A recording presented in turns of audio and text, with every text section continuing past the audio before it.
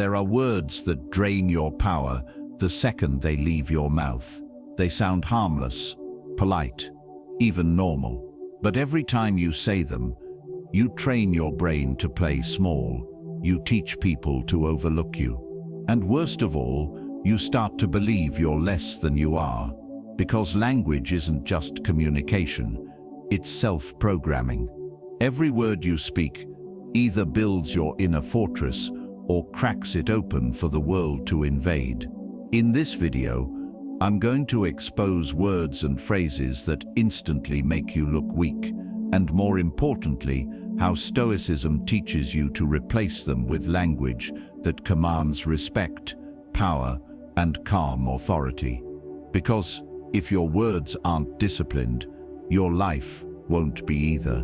By the way, if you enjoy deep, thought-provoking insights on Stoicism, self-improvement, and navigating life with wisdom, you'll love my free newsletter.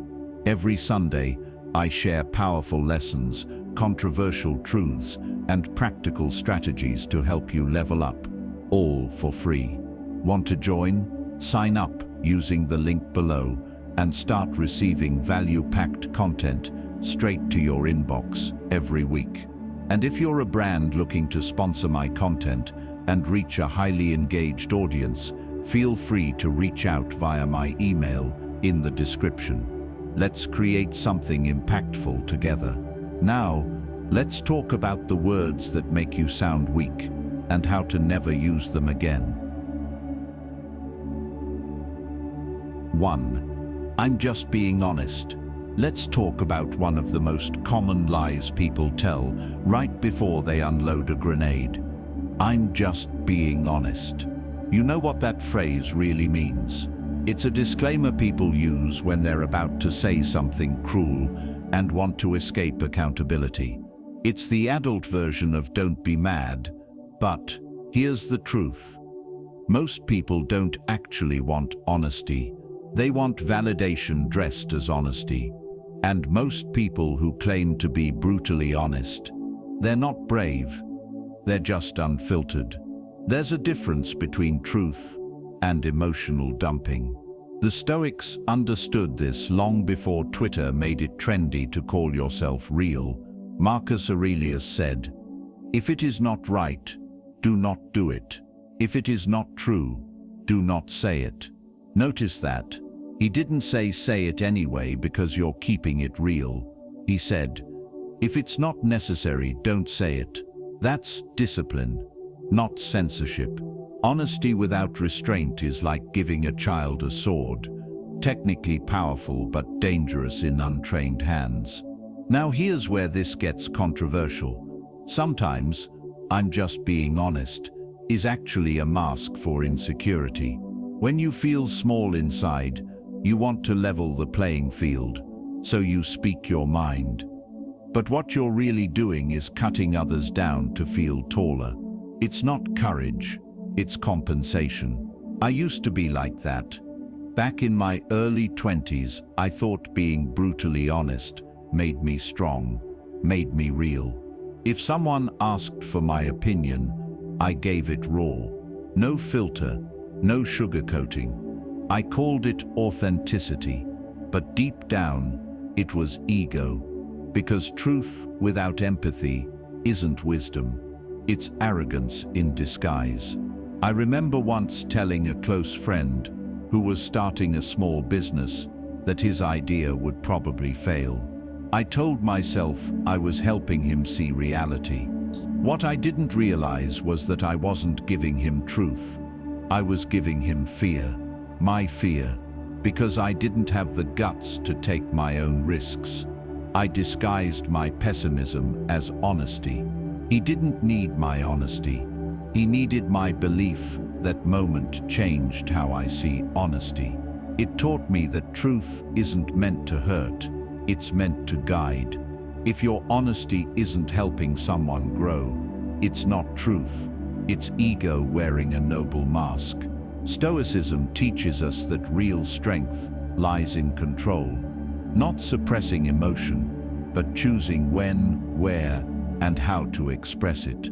Seneca said, It is better to be silent than to speak ill of others. Translation: silence is stronger than unwise truth. The modern man confuses volume with power. He thinks being blunt makes him alpha, but the real alpha knows when to keep his mouth shut. It's not about being nice, it's about being strategic. Your words can either make people respect you or resent you. So here's the Stoic rule: never confuse honesty with impulsiveness. If your words don't bring clarity, healing, or improvement, they're not truth, they're noise. Now, how do you apply this? Simple: before you speak, pause for 3 seconds and ask yourself 3 questions. Is it true? Is it necessary? Is it kind? If it doesn't pass all 3, you're not being honest. You're being emotional. Try it in real life. Next time someone annoys you and your mind loads that sarcastic response, stop. Ask yourself, am I speaking to serve the truth or to serve my ego? You'll be shocked how often your silence says more than your words ever could. Here's the masculine perspective. Stoicism gives you a man with control over his tongue has control over his fate. Anyone can react, few can respond. Honesty should elevate you, not expose your lack of discipline. And look, don't get me wrong, there's power in being real, but being real doesn't mean being reckless. You can tell someone the truth without humiliating them. You can give feedback without tearing down their confidence. You can disagree without disrespect. Because in the end, a Stoic doesn't speak to prove he's right. He speaks to move things forward. So next time you're tempted to say, I'm just being honest, stop and ask, am I being wise or am I just being loud? Because real men don't need to announce their honesty. Their presence, their words, and their actions already prove it. 2. I'm not good enough. Let's be honest. Every man has said this line to himself at some point. Maybe not out loud, but in those quiet moments when the world stops talking and your mind starts whispering, I'm not good enough, not strong enough, not smart enough, not successful enough. It's the kind of phrase that doesn't scream, it sinks. It crawls into your chest and settles there, feeding on every insecurity you've ever collected. And here's the thing. You might think saying that makes you humble, but it doesn't. It makes you mentally powerless, because every time you repeat, I'm not good enough, you're not describing reality, you're creating it. That phrase is one of the most dangerous lies the modern man tells himself. It sounds like truth, but it's actually a lack of perspective. You're not good enough. You're just unfinished. And that's a very different thing. See, Stoicism teaches that you are always a work in progress. Epictetus said, no man is free who is not master of himself. That means your value isn't determined by what you have, but by what you're becoming. And I'm not good enough is the language of someone who's forgotten that growth takes time. Let's get real for a second. I remember years ago, I was chasing a career goal, something that, at the time, felt impossible. I'd compare myself to people online, to guys who seemed miles ahead, sharper suits, better cars, smoother confidence, and I'd think, I'm just not that guy. But here's the truth I didn't want to admit. Back then, I didn't actually believe I wasn't good enough. I was just afraid to try hard enough to find out. Because saying I'm not good enough is safer than saying I'm scared. It gives you an excuse to avoid the battlefield. It's psychological armor for laziness and fear. And I know that sounds harsh, but it's true. Most men hide behind self-doubt because it's comfortable. It's easier to live as a victim of your own insecurity than to risk failing while chasing your potential. That's the brutal honesty nobody likes to hear. Stoicism, however, doesn't let you off that easy. It reminds you that self-pity is the luxury of the undisciplined. Marcus Aurelius wrote, "Waste no more time arguing what a good man should be. Be one, in other words, stop saying, 'I'm not enough,' and start acting like someone who's working on becoming enough." And here's what's funny. The people who look confident aren't necessarily more talented. They're just consistent. They act before they feel ready. They move before their fear catches up. That's Stoicism in action. Courage through movement, not through certainty. Let me tell you a story that flipped my mindset completely. A friend of mine, a quiet guy, wanted to start a podcast. He had a deep voice, a great message, but every time he'd record, he'd delete it. "Why?" he said. "Bro, I just don't sound good enough." And I told him, neither did Joe Rogan on episode 1, neither did anyone. The difference is, they kept recording. They let the world watch them become good enough. That's what Stoicism looks like. Showing up, even when your self-doubt screams louder than your motivation. The truth is, "I'm not good enough," is just a symptom of comparison poisoning. We live in a world where every scroll on your phone reminds you of someone doing better. But Stoicism teaches you to compare yourself to who you were yesterday, not who someone else is today. The only person you should be better than is your past self. So how do you apply this? Here's a simple Stoic practice. When you catch yourself thinking, "I'm not good enough," replace it with, "I'm not there yet." That tiny word "yet" changes everything. I'm not strong enough yet. I'm not skilled enough yet. I'm not confident enough yet. It transforms insecurity into a process instead of a prison. And the moment you start seeing your weaknesses as workouts, not proof of failure, you become unstoppable. That's what real confidence is, not believing you're already great, but knowing you can become great through effort.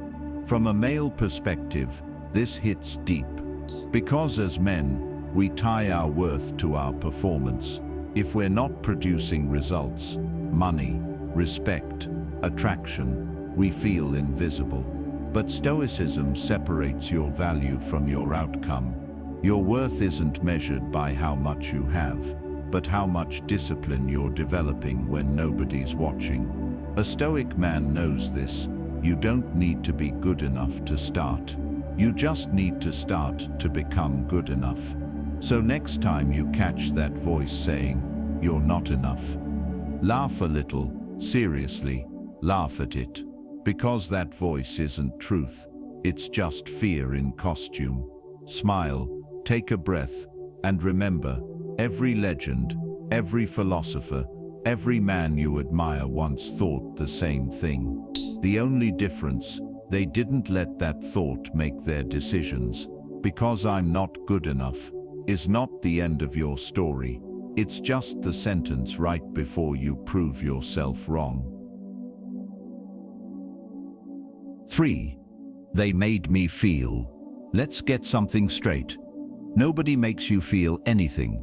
I know, that sounds harsh, but that phrase, "they made me feel angry," "they made me feel small," "they made me feel worthless," is emotional slavery disguised as sensitivity. It's one of the most socially acceptable lies we tell ourselves, and the Stoics would have destroyed it in 5 words. You control your own mind. When you say, "they made me feel," you're handing your emotional remote control to someone else. You're saying, "Here, I don't trust myself enough to regulate my own state, so you do it for me." That's weakness disguised as emotional honesty. Now, don't get me wrong. People can do things that trigger emotions in you, but your reaction is still yours. The event is external, the interpretation internal. That's the essence of Stoicism. Epictetus said, "It's not what happens to you, but how you react that matters." And that single line should be tattooed on every man's soul, because the modern world wants you emotional, reactive, and offended. You scroll through social media, and everyone's saying, "This post made me angry." No, it didn't. Your interpretation of it did. Your attachment to being right did. Your fragile ego did. The truth is, when you let someone make you feel something, you're announcing that they control your peace. That's not strength, that's surrender. Let me give you a personal story. A few years back, I was in a toxic relationship. You know the type. Everything was emotional warfare. Every disagreement turned into a game of "you made me feel this," and "you made me feel that." I remember one argument where she said, "You make me feel like I'm not enough." And I, being the nice guy, apologized like I'd committed a crime. But later that night, it hit me.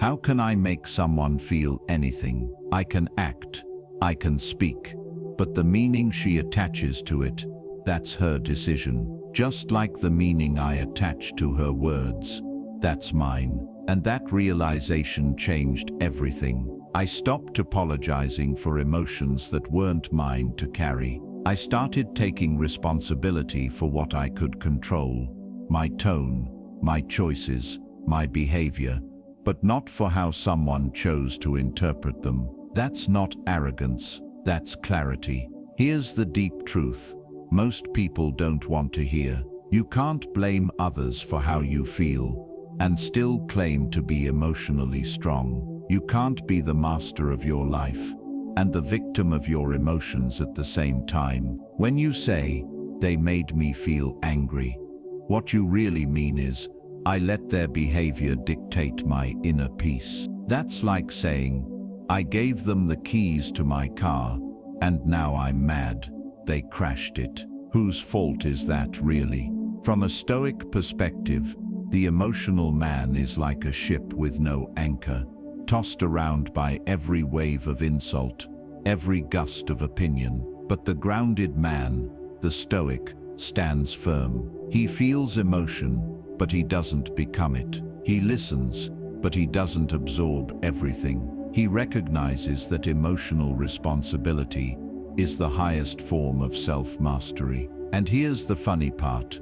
Once you stop saying, "They made me feel," people lose control over you. It confuses them. They expect you to react. They poke, they insult, they gossip, and you just smile. You're not cold, you're composed. You've detached your peace from their chaos. I've had people say to me, "You've changed, you don't care anymore." But it's not that I don't care, it's that I stopped giving my emotions away for free. Because maturity is realizing not every comment deserves a reaction, not every insult deserves a reply, and not every feeling deserves a story. So how do you apply this Stoic principle in real life? Pause before reacting.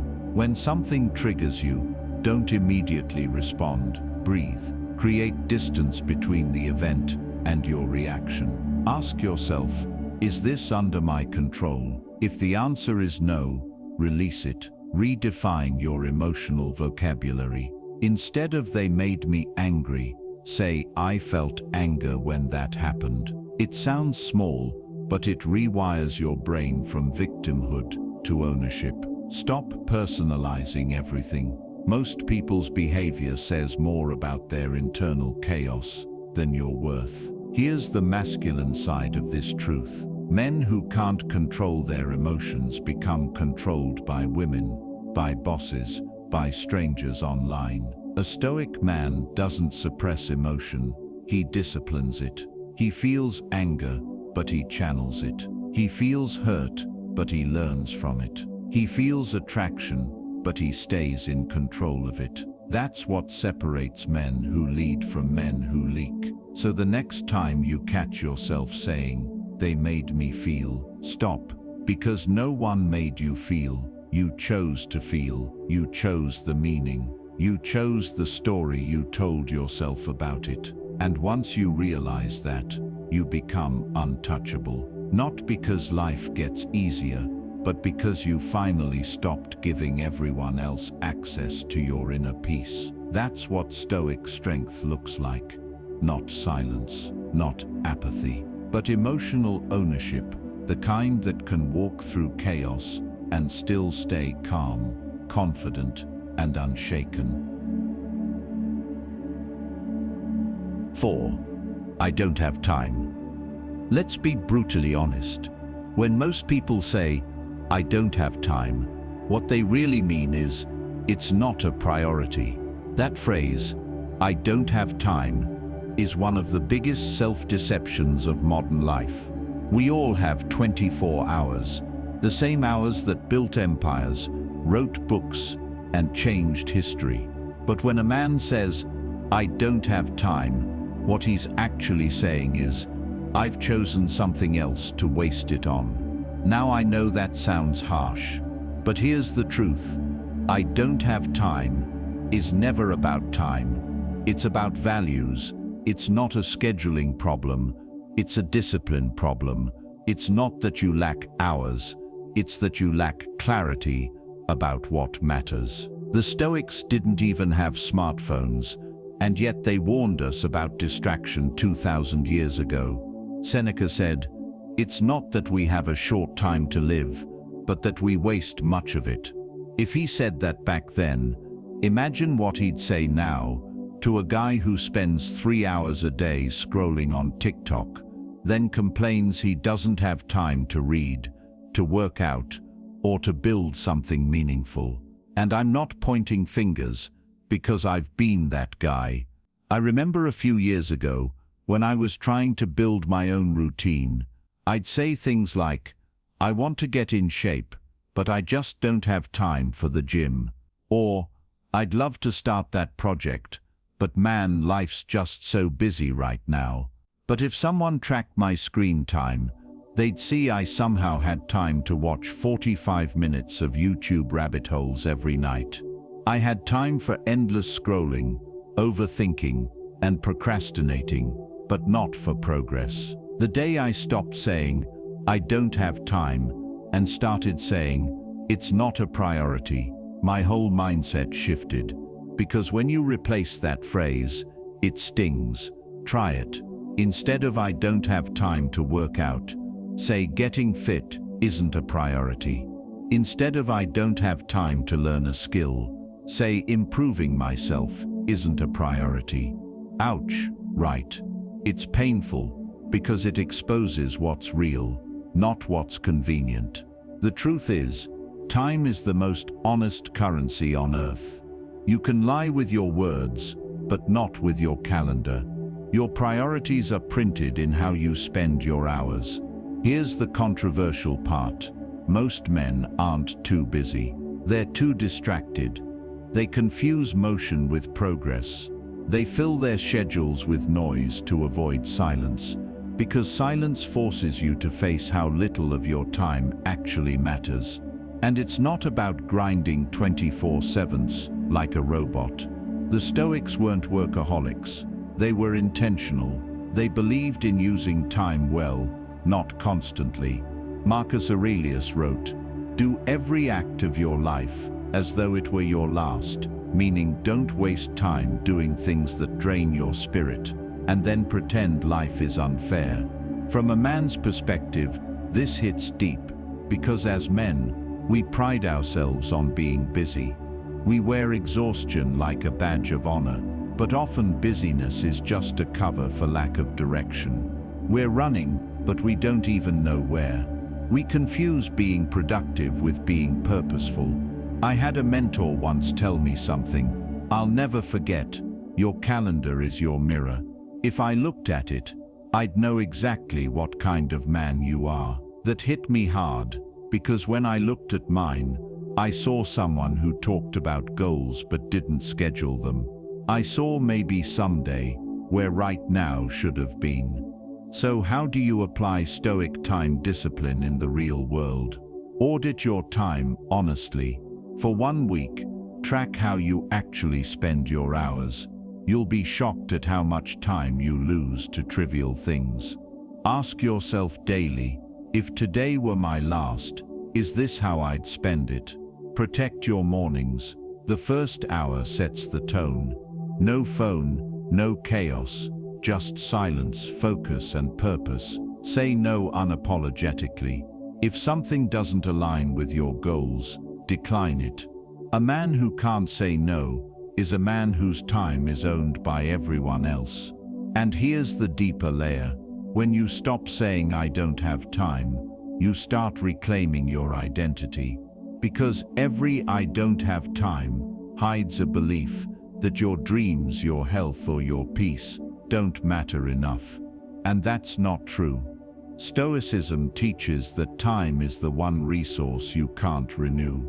Money comes and goes. Opportunities come and go. But every minute that slips away is a minute you'll never get back. So why waste it on things that don't build you? From a masculine Stoic point of view, a man's value isn't in how busy he looks. It's in how deliberately he moves. He doesn't fill his day to feel important. He designs it to feel aligned. So next time you're tempted to say, "I don't have time," stop yourself. Say, "It's not a priority," and see how it feels. Because when it stings, that's your conscience reminding you that your excuses are louder than your purpose. Time doesn't respect talkers, it respects doers. So don't complain about not having time. Make time, or admit you don't want it badly enough. Because in the end, the man who masters his time doesn't just control his schedule, he controls his destiny. 5. That's impossible. Whenever someone says, "That's impossible," what they're really saying is, "I've already decided to stop trying." It's one of those phrases that sounds innocent, but it's poison disguised as logic. It's not a statement of fact. It's a confession of limitation. Now, let's get something straight. Most people don't say that's impossible because they've tested every option. They say it because they've hit resistance, and resistance makes them uncomfortable. So instead of expanding their effort, they shrink their vision. And here's the controversial part. It's not life that's impossible. It's you who's unwilling. When I hear someone say, "That's impossible," what I really hear is, "I don't want to be embarrassed if I fail. I don't want to look stupid trying. I don't want to do the uncomfortable work." It's ego protection. We say impossible because it's easier to label a goal unrealistic than to admit we're scared to face the grind it requires. Now, from a man's perspective, we've all been there. I remember when I was trying to start my first online project, everyone around me said things like, "Man, that's impossible. No one actually makes a living doing that." And for a while, I believed them. I told myself, yeah, maybe they're right. Maybe this dream isn't practical. But looking back, that wasn't wisdom. That was weakness, dressed as realism. Stoicism teaches us to question our immediate emotional reactions. When you say that's impossible, what you're really expressing is fear. Fear that the effort won't pay off, that you'll be judged, or that the outcome is uncertain. But the Stoic mindset flips that. Instead of avoiding difficulty, you lean into it, you test it. Because the Stoics understood that most impossibilities are just untested possibilities with bad PR. Think about history for a second. Flying was once impossible. Running a mile in under 4 minutes was impossible.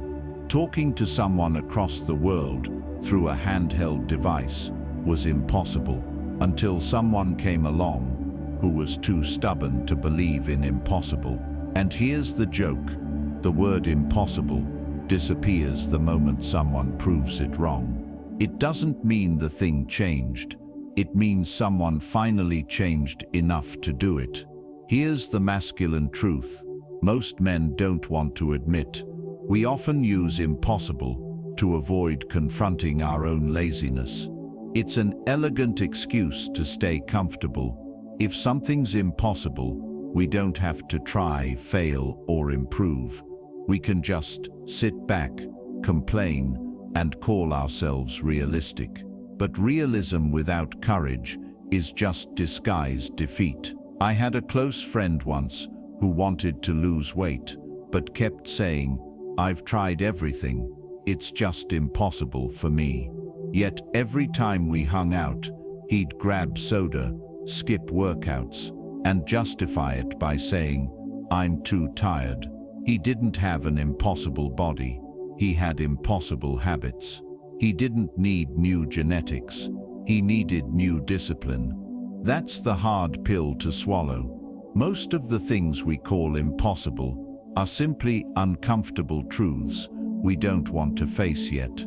The Stoics believed in confronting that discomfort head-on. Marcus Aurelius said, "If it's humanly possible, consider it within your reach." In other words, if another man has done it, so can you. You might not have his talent, but you can have his persistence. And let me tell you, persistence is the masculine miracle. It turns impossible into inevitable. But let's bring this home with something practical. Here's how you apply Stoicism to destroy the impossible mindset. Identify what you're calling impossible. Be brutally specific. Write it down. Ask yourself why. Usually, it's not that it can't be done, it's that it can't be done easily. Break it down. Turn that mountain into a staircase, one brick at a time. Detach from outcome. Stoicism teaches amar fati, love your fate. Focus on the process, not perfection. Embrace proof through action. Stop talking about what can't be done and start showing what you're willing to do. And here's where it gets deep. When you say that's impossible, you close the door on your potential. But when you say, maybe it's not, you open a universe of options. That tiny shift in language can reshape your life. The Stoic man doesn't see impossible, he sees untested. He doesn't waste energy debating what can't be done. He tests what might be possible. He knows the only real impossibility is mastering yourself without ever being challenged. So next time your mind whispers, "That's impossible," pause, ask yourself, is it really? Or am I just afraid it might be hard?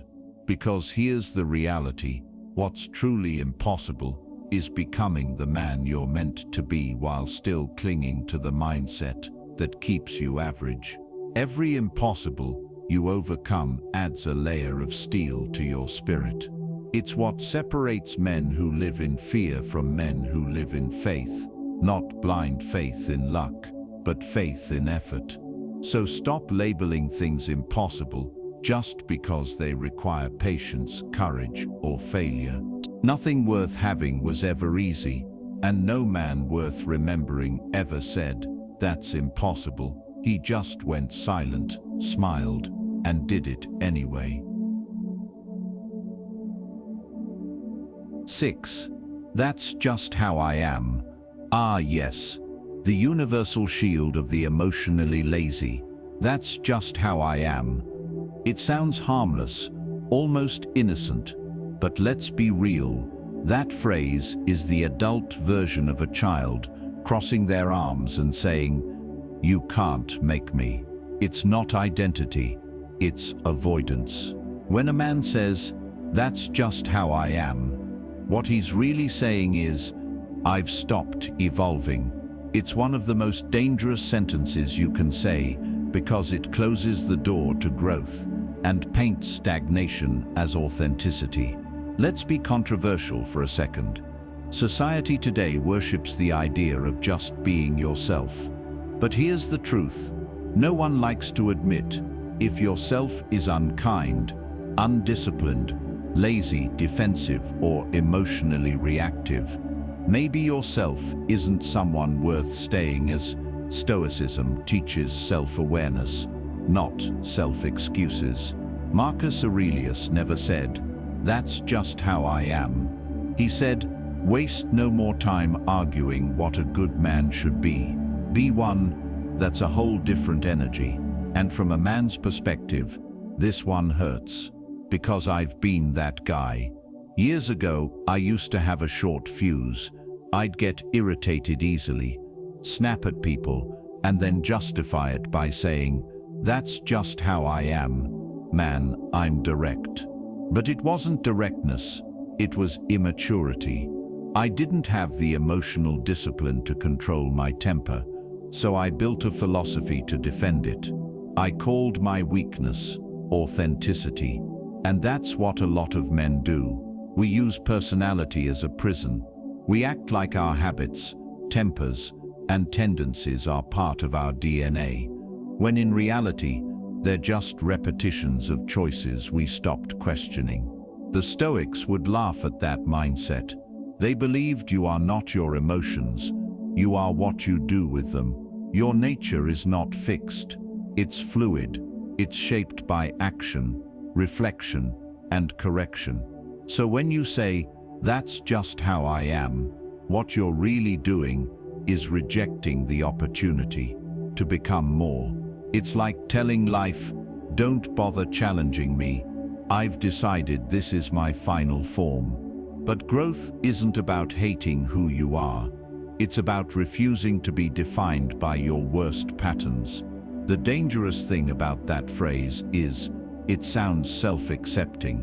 But there's a fine line between accepting yourself and making peace with your flaws, because change is uncomfortable. One leads to maturity, the other to mediocrity. Let me put it like this. Imagine a man who's out of shape saying, "That's just how I am." Or a man who avoids responsibility saying, "I'm just not a leadership type." Or a man who mistreats people saying, "I'm just blunt." That's not how you are. That's how you've allowed yourself to stay. And I get it. Change is uncomfortable. It means confronting your patterns, admitting your blind spots, and doing the emotional push-ups. It means taking responsibility when it's easier to blame personality. But here's what Stoicism reminds us. Your character is a choice. You can't always control what you feel, but you can always control how you respond, and how you respond creates who you are. I remember one day, I snapped at a friend during a project. He called me out. He said, "Bro, you keep saying that's just how you are. But have you ever asked if that's who you actually want to be?" That question hit me like a punch to the gut. Because I realized, no, that's not who I wanted to be. I wanted to be composed, respected, strong, but I was clinging to the comfort of the man I used to be. So I started doing the inner work, journaling, meditating, slowing down before reacting. Not because I wanted to become someone fake, but because I wanted to become someone better. And that's the thing, growth doesn't make you fake, it makes you refined. Steel isn't fake iron, it's strengthened iron. Stoicism teaches that character is built through correction, not comfort. Every time you choose patience over anger, discipline over indulgence, accountability over excuses, you're rewriting who you are. So how do you apply this practically? Catch yourself saying it. Whenever you say, "That's just how I am," pause. Ask yourself, is that how I want to be? Separate personality from pattern. Your personality might be natural, but your patterns are trainable. Practice conscious response. The Stoics journaled daily for this reason, to become aware of their behaviors and refine them. Embrace discomfort. Growth will always feel unnatural, because it's not who you were, it's who you're becoming. Here's the deeper truth. Every time you defend your flaws, you delay your evolution. And every time you face them, you become stronger than your excuses. A Stoic man doesn't hide behind the phrase, "That's just how I am." He says, "That's how I used to be. I'm working on it." That's strength. That's ownership. So stop glorifying your comfort zone and calling it identity. You're not a tree. You can move, adapt, evolve. The man who says, "That's just how I am," dies as he is. The man who says, "That's who I used to be," lives as he was meant to. Because at the end of the day, real authenticity isn't staying the same. It's having the courage to change, even when your past self begs you not to. 7. Hopefully. Hopefully things work out. Hopefully I'll get the job. Hopefully I'll meet the right person. Hopefully next year will be better. You ever notice how hopefully is the go-to word for people who want change but don't want responsibility? It sounds optimistic, but most of the time it's a soft disguise for passivity. Let's be controversial here. Hopefully is the word people use when they've handed their life over to luck. When you say hopefully, what you're really saying is, "I've done nothing, but I'm praying something changes." Now don't get me wrong. Hope isn't bad. Hope is fuel, but hopefully isn't the same as hope. Hope moves you forward. Hopefully keeps you waiting. And this is where Stoicism absolutely slaps modern culture in the face. Because Stoics didn't hope for things to get better. They acted to make them better. Marcus Aurelius never said, "Hopefully tomorrow will be good." He said, "Waste no more time arguing what a good man should be. Be one." Hope without action is fantasy. And hopefully is the vocabulary of men who've convinced themselves that time will fix what discipline won't. Let me be brutally honest. I used to live on hopefully. When I was younger, I'd say, "Hopefully I'll get fit this year." But I wasn't training. I was just thinking about it. Between bites of pizza, I'd say, "Hopefully I'll make more money." But I wasn't building skills. I was scrolling, comparing, procrastinating. Every hopefully was a way to feel productive without being productive. It's like psychological candy.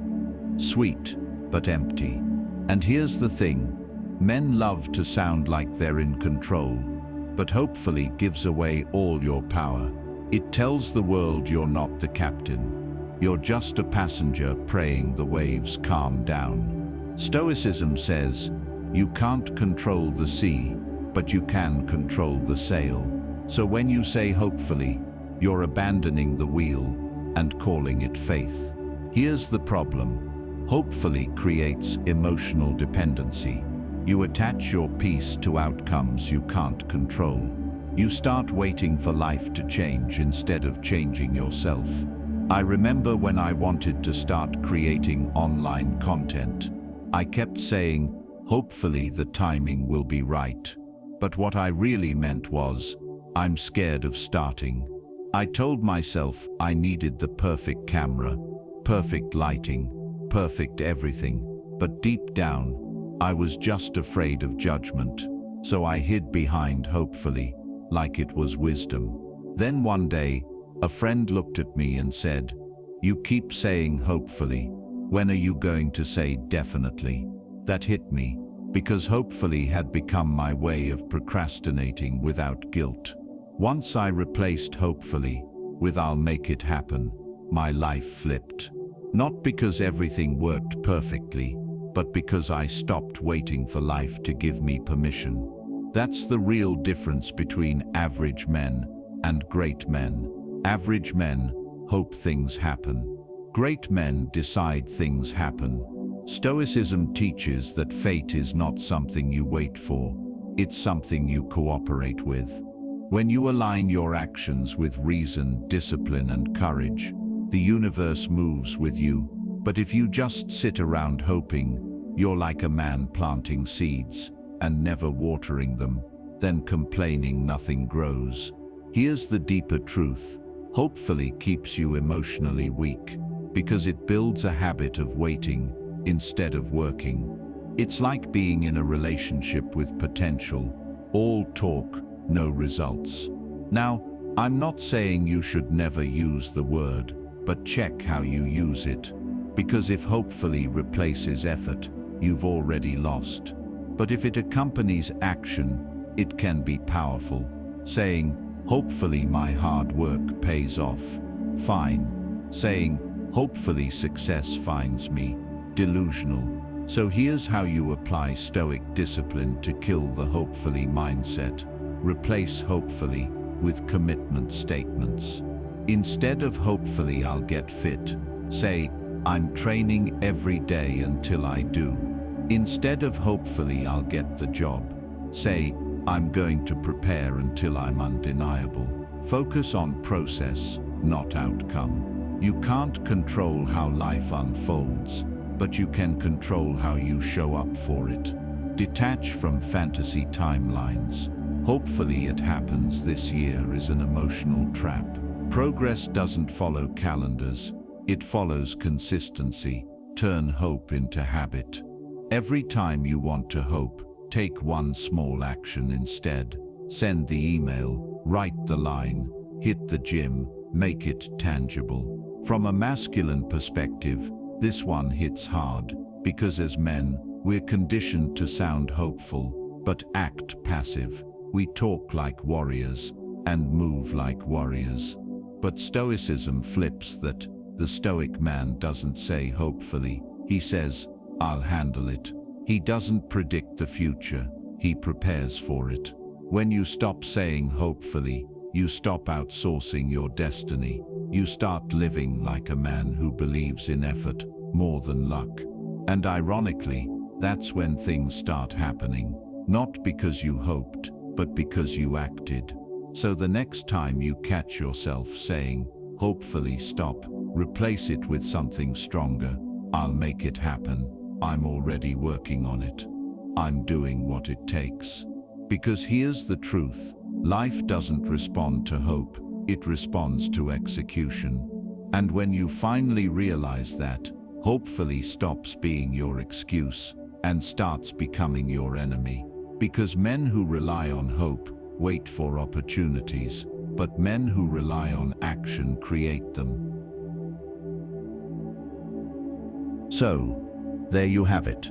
Words and phrases that quietly strip away your strength, your presence, and your discipline, one sentence at a time.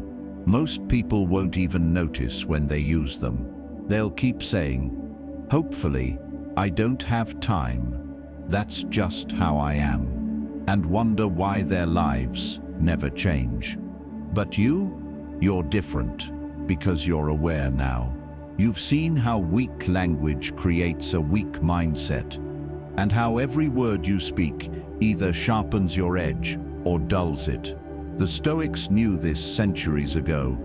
A man's character is the sum of his choices, and that includes the words he chooses, because words aren't just sounds, they're declarations of who you are and what you believe you're capable of.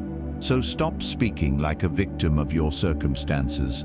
Start speaking like the author of your destiny. Remove those soft, helpless words from your vocabulary, and watch how your mindset hardens, your confidence deepens, and your life shifts from hopefully to definitely. You don't need to be perfect. You just need to be intentional, because strength doesn't start in the gym. It starts in your language. By the way, if you enjoy deep, thought-provoking insights like this on Stoicism, self-improvement, and navigating life with wisdom, you'll love my free newsletter.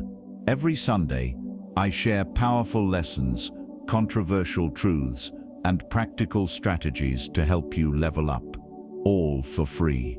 If you're ready to become mentally sharper, emotionally tougher, and more grounded, sign up using the link below and start receiving value-packed content straight to your inbox every week. And hey, If you're a brand looking to sponsor my content and reach a highly engaged audience that values self-mastery, discipline, and authenticity, reach out via my email in the description.